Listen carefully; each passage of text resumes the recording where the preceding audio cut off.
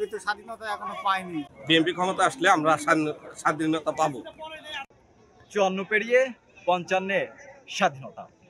এই সুদীর্ঘ সময়ে স্বাধীনকামী মানুষ কতটা স্বাধীনতার স্বাদ উপভোগ করতে পেরেছে এবং স্বাধীনতা নিয়ে তাদের প্রত্যাশা কি জানবো স্বাধীনকামী মানুষের থেকে। আমরা 1971 সালে মহান মুক্তিযুদ্ধের মাধ্যমে বাংলাদেশের স্বাধীনতা পেয়েছি, কিন্তু স্বাধীনতার পূর্ণাঙ্গ স্বাদ আমরা পাইনি। 2024-এ আবার নতুন করে আমাদের রক্ত দিয়ে দ্বিতীয় স্বাধীনতা আনতে হয়েছে। আমরা আশা করি এবার আমরা নতুন বাংলাদেশে স্বাধীনতাকে ভালোভাবে উপভোগ করতে পারবো। স্বাধীনতার প্রসাদ আমরা পুরো মতো এখনো লাভ করতে পারিনি, তবে এটা প্রক্রিয়ার মধ্যে দিয়ে যাচ্ছি। আমরা খুবই আশাবাদী যে আমরা এই স্বাধীনতার পুরোপুরি স্বাদ আমাদের বাঙালি করতে পারবে। মানুষ কথা বলতে পারবে, তার নিজের ভাব প্রকাশ করতে পারবে, অধিকারের কথা বলতে পারবে। মানুষ হিসেবে স্বাধীন দেশের নাগরিক যে অধিকার থাকা উচিত সে অধিকার লাভ করবে, সে প্রত্যাশা করছি। আর সত্যিকার অর্থে 54 পেরিয়ে 55 বছরে এসেও স্বাধীনতার আমরা কিন্তু সেই কাঙ্ক্ষিত বাংলাদেশ আসলে আমরা পাইনি। তবে এটি সত্যি কথা যে 24 পরবর্তী বাংলাদেশে আমরা বাক স্বাধীনতা ফিরে পেয়েছি। আমরা আমাদের মতামত এখন স্বাধীনভাবে ব্যক্ত করতে পারছি। সেই জন্য আমি আসলে 24-এর যে যোদ্ধারা রয়েছেন তাদেরকে আসলে আন্তরিক কৃতজ্ঞতা জানাতে চাই।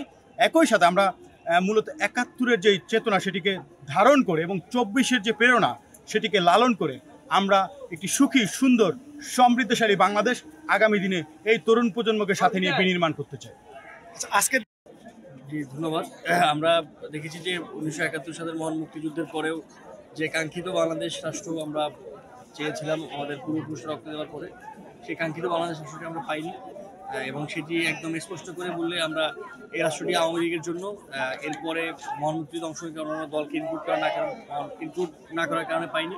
24-এ আমরা দেখলাম 24-এর পরেও একই রকম অবস্থা আছে। 24-এও আওয়ামী লীগের কারণেই এই গণহত্যাটি হয়েছে। কারণ এই বারবার আমরা আওয়ামী লীগের কারণে 1971 সালে একবার পিছিয়ে গেছি, 24-এ আরেকবার পিছিয়ে যাচ্ছে। সুতরাং এই ব্যাপারটি আমাদের স্মরণে রাখতে হবে যে আমরা এখনও যে কাঙ্ক্ষিত রাষ্ট্র সেই রাষ্ট্রটি আমরা এখনো পাইনি ফিরে। আমরা সেই কাঙ্ক্ষিত রাষ্ট্র এবং রাষ্ট্র ব্যবস্থার জন্য লড়াই করে যাব। স্বাধীনতার 54 বছর পার হয়ে গেছে। আমরা অনেক কিছু অর্জন করেছি, আবার কিছু অর্জন করতে পারি নাই। তবে আমার মনে হচ্ছে যে জুলাই বিপ্লবের পরে আমরা স্বাধীনতার প্রকৃত স্বাদটি অনুভব করতে পারছি। যেমন আমাদের বাক স্বাধীনতা আমরা ফিরে পেয়েছি, যেটা বিগত 15 বছর ছিল না। এবং আশা করি সামনের দিনগুলোতে আমাদের অর্থনৈতিক যে মুক্তি সেটাও ফিরে আসবে। কিন্তু স্বাধীনতা এখনো পাইনি। যতদিন গণতন্ত্র অধিকার সম্পূর্ণ না হবে ততদিন এদেশে স্বাধীনতা পরিপূর্ণতা অর্জন হবে না।